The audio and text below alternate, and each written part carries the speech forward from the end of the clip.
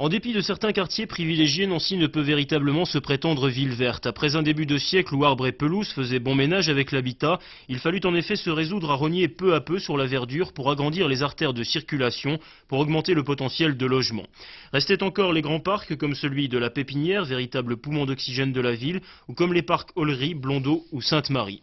Peu à peu cependant, derrière les aires de végétation et particulièrement au centre-ville, se développait l'espace béton, l'architecture rue des Lys au service de l'habitat mais pas toujours du cadre de vie. Une conception qu'il devenait urgent de modifier.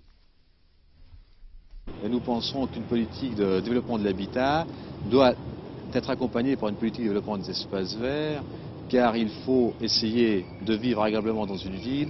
Et les espaces verts y participent pour beaucoup. Alors il n'y a pas du tout antagonisme, je crois complémentarité. Et en tout cas, c'est ce vers quoi on essaye de faire porter nos efforts.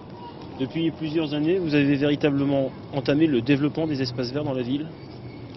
Je crois qu'on a poursuivi le développement, peut-être en accélérant la procédure, ne serait-ce que le budget alloué aux espaces verts, qui pour cette année sera de 4,5 millions hors fonctionnement et personnel, montre l'effort que la ville porte aux espaces verts. Pour traduire cet effort sur le terrain, la ville utilise les compétences du service des jardins et des promenades, créé au début des années 1900 et qui emploie quelques 130 personnes. Un service compétent dans tous les domaines de l'architecture paysagiste, dont le travail se divise en deux grands secteurs. C'est déjà un entretien, une conservation des grands parcs. Mais en même temps, on fait des projets d'aménagement nouveaux à travers la ville, dans la mesure où les espaces nous le permettent. Alors vous faites des plantations d'arbres, des plantations de fleurs également.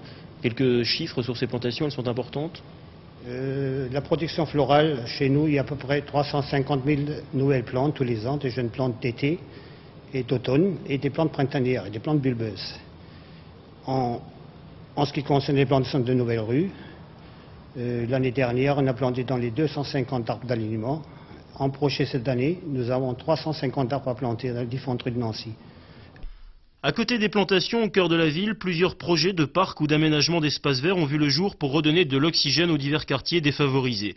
Aménagement du secteur de la Chiennerie déjà débuté, aménagement prévu à Borgard, au Haut-du-Lièvre, ouverture de nouveaux parcs comme celui de Chopin ou de Charles III, des parcs dont on soigne particulièrement la conception pour qu'ils se marient à l'environnement et aux désirs de la population.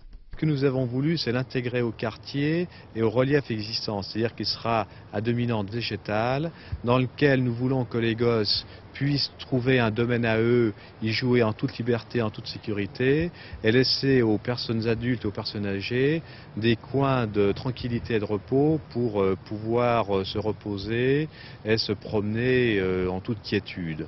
Alors nous avons certaines zones dans ce parc, assez différenciées, et notre souhait est qu'il fasse bon vivre, à savoir qu'on ait des coins particuliers, originaux, avec une grande décoration minérale.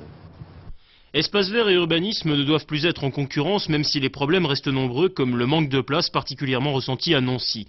Pour bien faire, disait Alphonse Allais, il faut construire les villes à la campagne, une boutade peut-être pas si dénuée de sens, boutade dont les responsables de l'aménagement urbain inversent aujourd'hui les termes, en faisant venir un peu plus de campagne à la ville, qui s'en plaindrait.